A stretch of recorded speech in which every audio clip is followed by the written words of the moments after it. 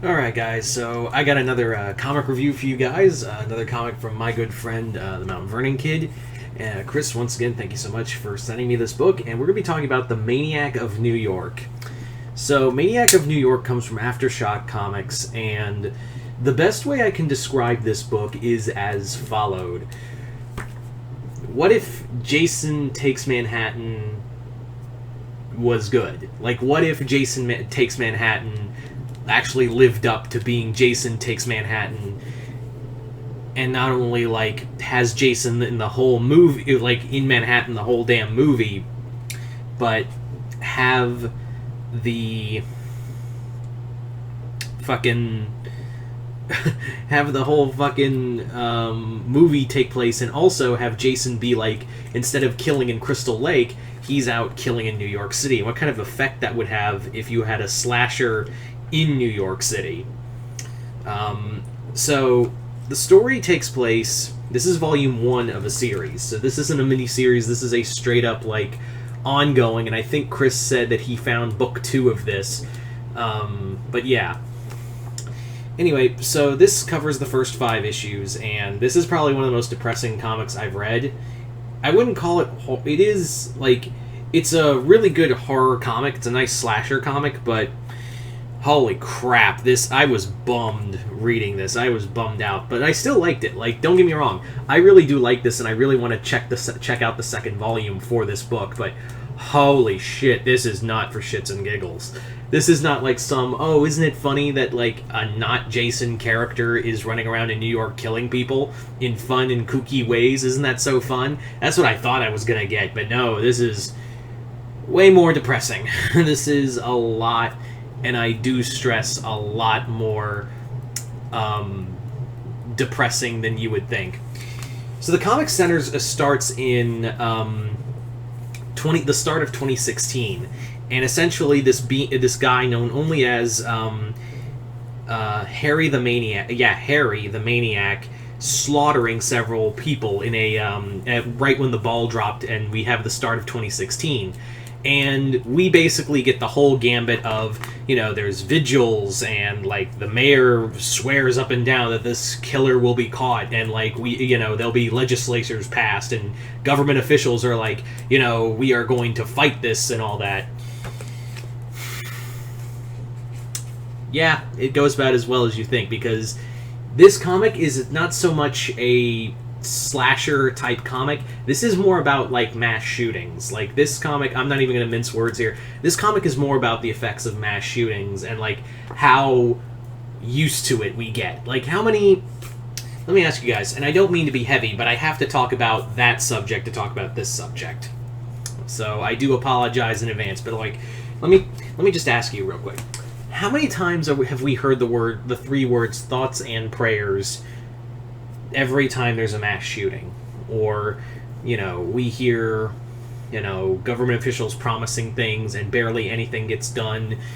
And then there's also, like, the words like false flag, and all of these things just culminate, and it just gets to the point where we just get malaise to it. Like, we just get, we get, like, mentally, like, exhausted, and, like, we accept that, like, a shooting is going to happen. And that's how they kind of treat Harry in this situation, is that Harry is, like, literally, they have a moment in segments where they have Harry watches, and they're literally like, 4 people were killed today, watch out, better call your boss and tell him you're not coming into work today, because Harry's out and about.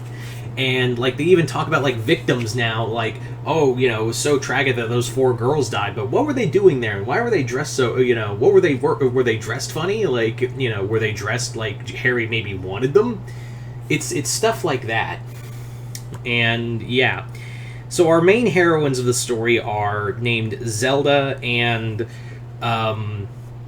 Zelda Pettibone and Gina Green. Gina Green has a direct tie to Harry, in that Harry killed her boyfriend back in summer camp in New Jersey. So yes, we're not even like pretending. Like, the writer is clearly like, yeah, this is Jason. Like, this is this is a Jason story that, like, we wanted to see. Like, this character's like, Look familiar? Yeah, it's clearly Jason, and even like the writers like not even pretending to hide. Like, yeah, this is meant to be Jason. Like, this is totally 100% meant to be Jason Voorhees without calling him Jason. And considering we haven't had Jason content in a while, yeah, I'll take as is. Like, I will legit take as is.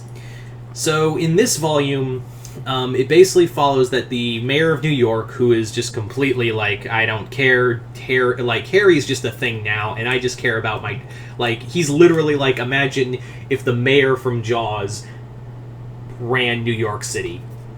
So basically Bill de Blasio. They clearly, like, the writer of this comic, Elliot Clanan,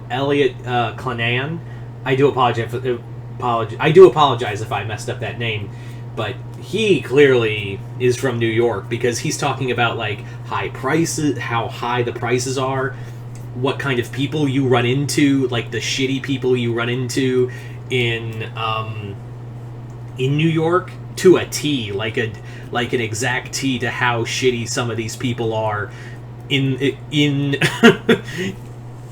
real life New York, and like how how landlords fuck over people.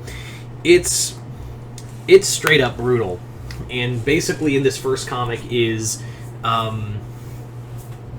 Harry getting on that train and killing people. Now, this comic does not give you a lot to go on who Harry is or what he is. All we know is that he does have some kind of weaknesses, and he does live in certain zones. Like, they don't give you in the first 5 issues the whole story, and I kind of like that. I do kind of like that there is a mystery to who Harry is and what he's doing. Like, I do like that there is a legit mystery around Harry in this story. There is, like, he has weaknesses, but at the same time there's like a there's this